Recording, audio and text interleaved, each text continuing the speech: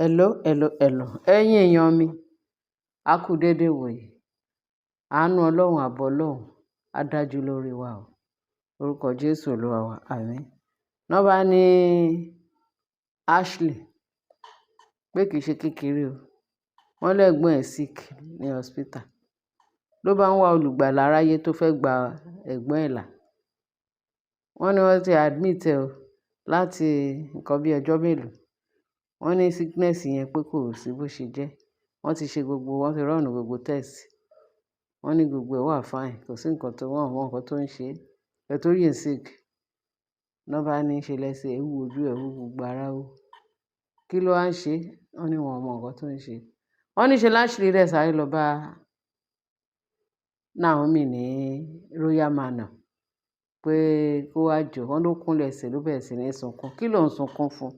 Ó ní kó jọ kó wá lọ bá òun gbàdúrà fún ẹ̀gbọ́n òun ní hospital torí wọn mọ bó ṣe ń ṣe mọ́.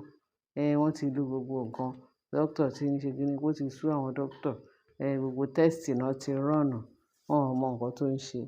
Pé àwọn kan tí ẹni bóyá kó gbé lọ sí, wọ́n gbé lọ sí shrine, kó lọ mọ what to do. Bóyá ìyẹn náà ló tún ṣe. Gbogbo ẹ̀ ó ṣà ń beat around the bush. Ju gbogbo ẹ̀ lọ ní pé kí Naomi jọ kó wá lọ bá òun gbàdúrà fún ẹ̀gbọ́n òun lọ hospital torí ìgbà tóun sick, tóun ti fẹ́ dójú ikú pé Queen Naomi ni àwọn Láfògìdì bàbá àwọn tó lọ pè.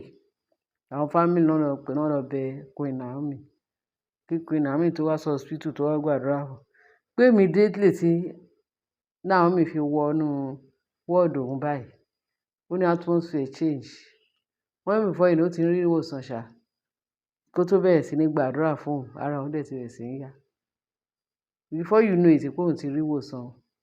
Pé àṣẹ wà lẹ́nu Naomi.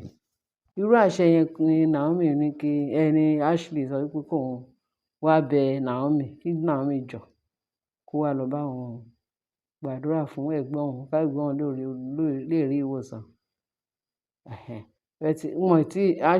Àìtí gbọ́ nǹkan tó ń sọ wípé Naomi dá lóhùn. Wọ́n ní òun nìkan ló ṣà ń sọ. Àwọn kan ti ń sọ̀rọ̀ ní internet pé Naomi ò gbọdọ̀ try ẹ̀. Kò gbọdọ̀ try ẹ̀ pé lágbára ẹ̀mí mímọ́, lágbára ẹ̀jẹ̀ Jésù kò gbọdọ̀ try ẹ̀ pé ó fẹ́ lọ bá wọn lọ ṣe prayer. Ṣé Naomi tó ń sọ wípé agbára òkùnkùn ló ń lò?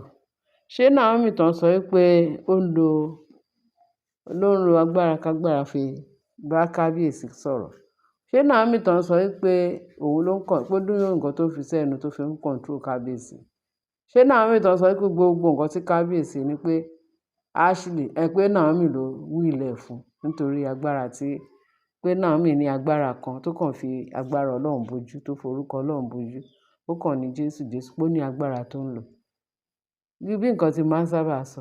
Mo ní so ẹni tó tẹrí pé ó ń lo agbára kan tó tún ju agbára tí yín lọ. Ẹ̀yin tó jẹ́ pé ẹ̀ kí ń wọ́n nílé aláwo. Ẹ̀yin tó jẹ́ pé ẹ̀ kí ń wọ́n nílé oníṣègùn. Ẹ̀ ń sùn nínú òògùn. Ẹ̀ ń jí nínú òògùn. Ẹ̀ ń jẹ nínú òògùn. Ẹ̀ ń wẹ̀ nínú òògùn. Òun lè wá sọ wípé togun lẹ fi ń mu omi, òun lẹ fi ń jẹun. Kí ni nǹkan tí yín ò ṣe wá ṣiṣẹ́ tó ti Naomi? Ẹ ló fi orúkọ Ọlọ́run bojú. Ẹ̀yin náà ẹ mọ̀ọ́mọ̀ lọ fi orúkọ Ọlọ́run bojú kẹ́dẹ̀ sọ fún Naomi kó fún yín ní agbára tó ń lò tó wá ṣèfà fún Ọlọ́run bojú. Ọlọ́run ẹ̀sìn, Jésù ẹ̀sìn, agbára kágbára tẹ ilé babaláwo nìkan lẹ gbẹ́kẹ̀lé. Báwo lògùn yín ṣe fẹ́ ṣiṣẹ́? Ẹ̀yin náà lọ gbẹ́kẹ̀lé agbára tí Naomi ń gbẹ́kẹ̀lé, ní Naomi ń ṣe. Kẹ́tì ẹ lọ́bẹ̀. Ẹ kàn ń bàjẹ́ ni. Agbára tí Naomi ń lò ó suppress gbogbo agbára yín. Ó peléke, ó léke ǹkà, ó lágbára ju agbára kágbára tẹ́ ń lò. Ẹ wá bẹ̀rù pé Naomi nǹkan tó ń ṣe yìí pé jẹ́ ká bẹ̀rù ẹ̀. Ẹ dẹ̀ yìí sọ pé bó ṣe ń ṣe ló ń fail, ẹ dẹ̀ ló ń lo agbára mi. Bẹ́ ṣe ń ṣe sí ló ń fail yín. Agbára Naomi ń fail yín. Ẹ dẹ̀ ní bẹ̀rù.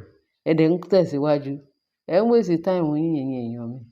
Ẹ ń waste time ẹ̀yin ẹlẹ́mìí òkùnkùn yẹn lágbára kágbára. Ẹ ń waste time ẹ̀. Wọ́n wá ń pe wọ́n ní ìkan àǹtí Ìgbè kan àǹtí Ashley for where. Ta ló ń pè yín láǹtì-káǹtì? Yẹ̀yẹ́ náà fi yín ṣe o. Jẹ́ n wá sọ nǹkan kan fún yín. Pẹ̀lú bọ́n ṣe ń fi yín ṣe yẹ̀yẹ́, tọ́n fi yín sọ oríṣiríṣi nǹkan tọ́n ń pè yín lóríṣiríṣi nǹkan tẹ́ ẹ̀ fẹ́ dà. Àṣírí yín ló ń tú yẹn. Àṣírí yín pátápátá ló ń tú yẹn. Torí tẹ bá fẹ́ rí ọ̀nà gbégbà, tẹ bá fẹ́ rí ṣe, ó yẹ kẹ́ súnmọ́ Naomi. Naomi o, jọ̀ọ́ o, agbára tó ń lò táwa gan tẹ fi ń succeed gbogbo kíní ẹ jẹ́ káwa náà lọ gbà. Tó bá jẹ́ pé mi ni Naomi, let me tell you. Tó bá jẹ́ pé mi ni ẹ, wàá sọ fún wọn pé kán lọ born again náà. Wàá sọ fún wọn tó lè gbàdúrà fún, wàá ní kán lọ born again. Kán dẹ̀ bẹ̀rẹ̀ sí ní lọ ṣọ́ọ̀ṣì. Àwọn tó ń lọ sí ìsìn, tó ń gbọ́ Ọlọ́run gbọ́, tó jẹ́ pé èṣù náà gbàgbọ́. Àwọn tó jẹ́ pé nǹkan tó ń gbàdúrà fún wọn yín mú sí ẹ. Ìwọ ló kàn ń ṣe. Ọlọ́run ọba wá ń jẹ́wọ́ agbára ẹ̀ nínú gbogbo nǹkan tó ń ṣe. Ìwọ ni Ọlọ́run ń kún ní agbára, kì í ṣe àwọn.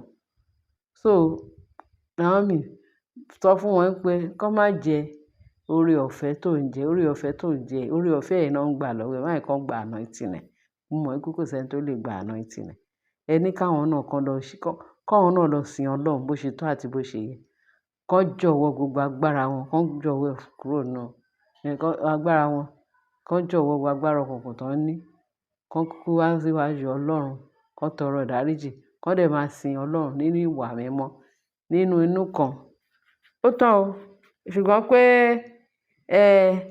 á lọ gbàdúrà fún ọmọ òun, á lọ gbàdúrà fún ẹ̀gbọ́n òun, á lọ gbàdúrà fáwọn. Naomi, Ọlọ́run ṣiṣẹ́ bẹ́ẹ̀ yẹn o. Bíbélì sọ wípé ṣá ti gbàgbọ́ nìkan. Tó bá ní ìgbàgbọ́ pé ìwọ gan wà á rí ògo Ọlọ́run.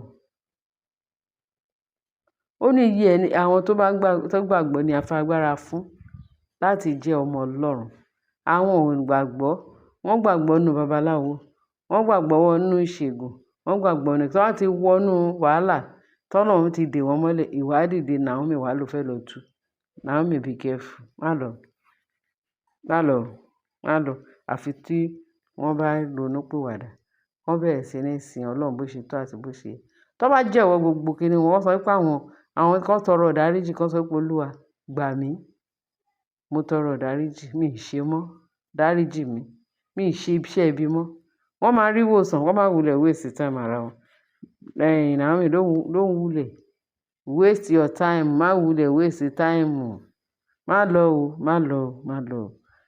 Tó wá sí ààfin yìí, ó wá láti wá ṣe rere fún rẹ̀, àti láti wá ṣe rere fún kábíyèsí, àti wá ṣe rere fún àwọn ọmọ ẹ̀. Kó má lọ fi ara kó ìkòkúkọ̀. Torí àwọn people yẹn wọ́n wà desperate. Olóògùn ni wọ́n. Ọlọ́run dẹ̀ ń tì ẹ́ lẹ́yìn, Naomi. Ọlọ́run gbé ẹ ró. Má fi rẹ̀ lẹ̀ fún èṣù láti yálò. Ẹ̀yin èèyàn mi, opinion tí yín kẹ́ bá mi fi sí comment section. Torí opinion tí mi, lórí àjọ ń pé gbọ́n ni, à ń pé gọ̀. Ààbò Ọlọ́run á dájú lórí wa. Ó ti pẹ́ tí Naomi ti ń try gbogbo possible best pé bóyá wọ́n á change. Wọ́n change. Wọ́n túbọ̀ ń tẹ̀síwájú nínú iṣẹ́ ibi. Ìjọ́ tó lọ gbàdúrà fún Naomi, tí Ashley dìde ní àkìtà àìsàn. Ìjọ́ yẹn ló lọ dènà dẹ̀ tó tún reinforce láti gbé gbogbo agbára kágbára tó fi ń tẹ̀lé. Títí dìsìn inú ọmọ wa ń bẹ̀bẹ̀. Anybody gbọ́dọ̀ wá fi nǹkan kúnlẹ̀ fún ẹ, kán dìde. Má tiẹ̀ máa wo wọn níbi tí wọ́n ti ń kúnlẹ̀ orí burúkú. Tètè bẹ́sẹ̀ sọ̀rọ̀. Naomi, ààbò Ọlọ́run á dájú lórí ìwà àtàwọn ọmọ ẹ̀. Wọn ò ní wá kúnlẹ̀ orí burúkú, wọn ò ní bẹ̀bẹ̀ orí burúkú fún ẹ. Àánú Ọlọ́run, ààbò Ọlọ́run á dájú lórí ẹ pẹ̀lú ìwà àtàwọn ọmọ ẹ̀. Àsìkò tó dé sáàfin, wàá mọ̀ sí ọlá ńlá, wàá mọ̀ sí ayọ̀ àti àlàáfíà. Lórúkọ Jésù Kristi Olúwa wa. Àwa náà tá ń bẹ ayọ̀ tiwa náà á kún. Ẹni ẹlẹ́ni ò ní gbà ṣe wá ṣe. Ayọ̀ wa kún, inú wa dùn. Ọdún tó ń bọ̀ yìí, ayọ̀ àti àlàáfíà pẹ̀lú agbára ẹ̀jẹ̀ Jésù la máa fi ṣe. Láyọ̀ àti àlàáfíà. Torí náà, ẹ̀yin èèyàn mi, ẹ ṣé gan bẹ́ẹ̀ ṣe ń tètè sí wa. Ẹ bá wa share, ẹ bá wa like, ẹ dẹ̀ bá wa fi tó kù sí comment section. Ẹ ṣé gan. Bye.